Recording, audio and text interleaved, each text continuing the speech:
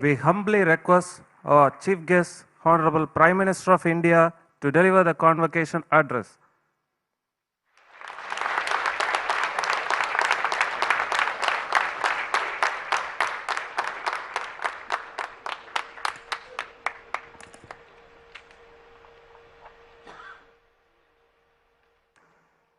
Governor of Tamil Nadu, Sri R.N. Raviji, Chief Minister of Tamil Nadu, Sri M.K. Stalinji, Union Minister, Sri L. Muruganji, other ministers and dignitaries, Vice Chancellor of Anna University, Dr. R. Velrajji, my young friends, their parents and teachers. அனைவருக்கும் வணக்கம்.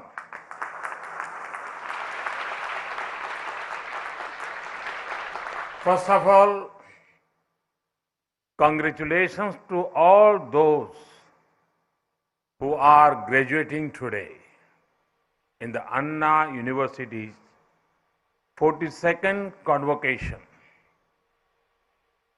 You would have already built a future of yourself in your minds. Therefore, today is not only a day of achievements, but also of aspirations. I wish that all the dreams of our youth come true. This is also a special time for teaching staff and non-teaching staff, support staff at Anna University. You are nation builders who are creating the leaders of tomorrow. You have seen many batches come and go, but each batch is unique. They leave their own set of memories. I specifically wish the parents of those who are graduating today. Your sacrifices have been crucial to your child's achievement. Today, we are here to celebrate the achievements of our youth in the vibrant city of Chennai.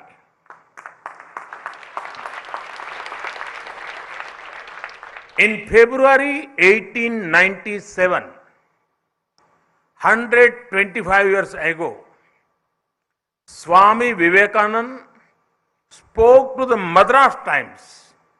He was asked about his plan for the future of India. He said, and I quote,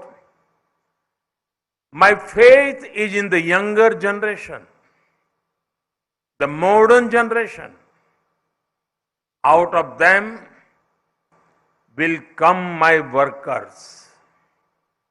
They will work out the whole problem like lions." Unquote. Those words are still relevant. But this time, it is not only India that is looking towards its youths. The whole world is looking at India's youth with hope. Because you are the growth engines of the country. And India is the world's growth engine. It is a great honor. It is also a great responsibility, which I am sure you will excel in. Friends, when speaking of faith in our youth, how can we forget Bharat Ratna, former President Dr. APJ Abdul Kalam?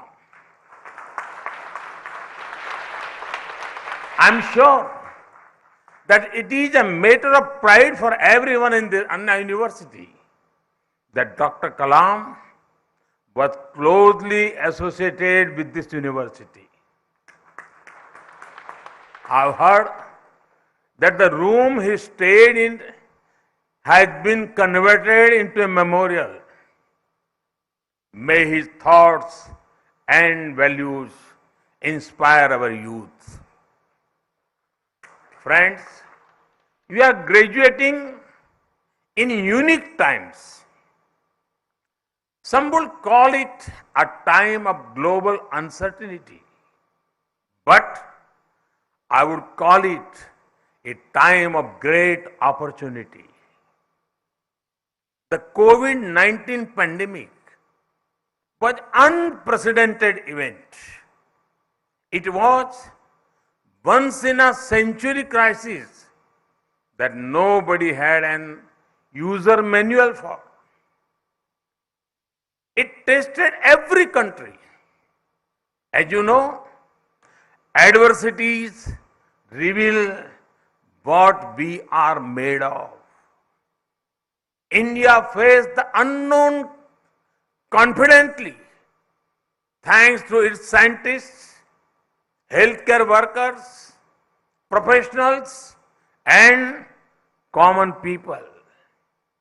As a result, today every sector in India is bursting with new life, whether it is industry, innovation, investment, or international trade.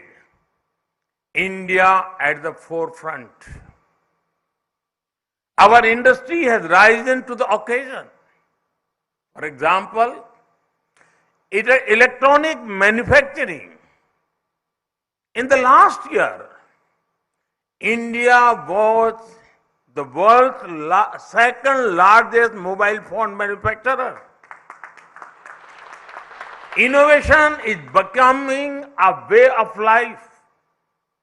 In just the last 6 years, the number of recognized startups increased by 15,000%. Yes, you heard that right. 15,000%. From just 417 2016, it is nearly 73,000 now. When industry and innovation do well, investments follow. Last year, India received a record FDI of over $83 billion.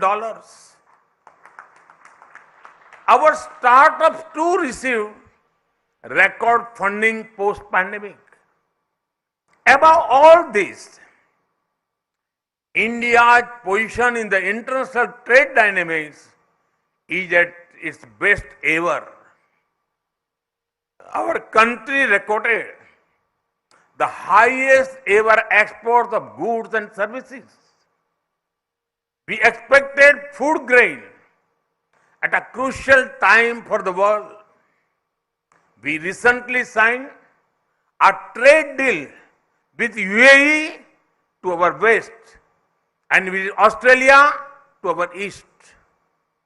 India is becoming a vital link in global supply chains. We have the chance to make the greatest impact now as India is converting obstacles into opportunities. Friends, most of you have studied in streams related to engineering or technology. In this era of tech-led disruptions, there are three important factors in your favor. The first factor is there is a taste for technology. There is a growing sense of comfort with the use of technology. Even the poorest of the poor are adapting to it. Farmers use apps to get information about markets, weather, and prices. Homemakers are using technology to make their lives easier. Children are learning using technology. Small vendors are using digital payments. If you give them cash, some of them will actually tell you they prefer digital. India is the world leader in digital payments and fintech. A huge market for technological innovations is waiting for you to do your magic. The second factor is there is trust in risk takers. Earlier, at social occasions, it was difficult for a youngster to say he or she was an entrepreneur. People used to tell them to get settled, meaning get a salaried job. Now, the situation is opposite. People ask whether you have tried to start something on your own. Even if one is working in a job, it is seen a closer to work for startups. The rise of risk takers means two things for you. You can take risks on your own, or you can build upon the opportunities created by others. The third factor, there is temperament for reform. Earlier, there was a notion that a strong government means it should control everything and everyone. But we have changed this. A strong government does not control everything or everyone. It controls the system's impulse to interfere. A strong government is not restrictive, but is responsive. A strong government does not move into every domain. It limits itself and makes space for people's talent.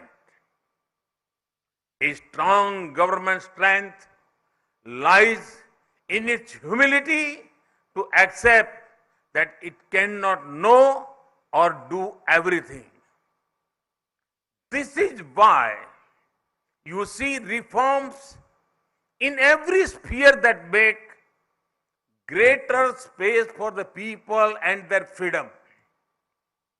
The new national education policy ensures greater freedom for youth to take decisions according to evolving situations. The scrapping of nearly 25,000 compliances is boosting ease of living. Removal of angel tax, removal of retrospective tax, and reduction of corporate tax are encouraging investments and industry. The reforms in drones, space, and geospatial sectors are opening up new avenues. The reforms in the infrastructure sector through PM Gati Shakti Master Plan are creating world-class infrastructure at speed and scale.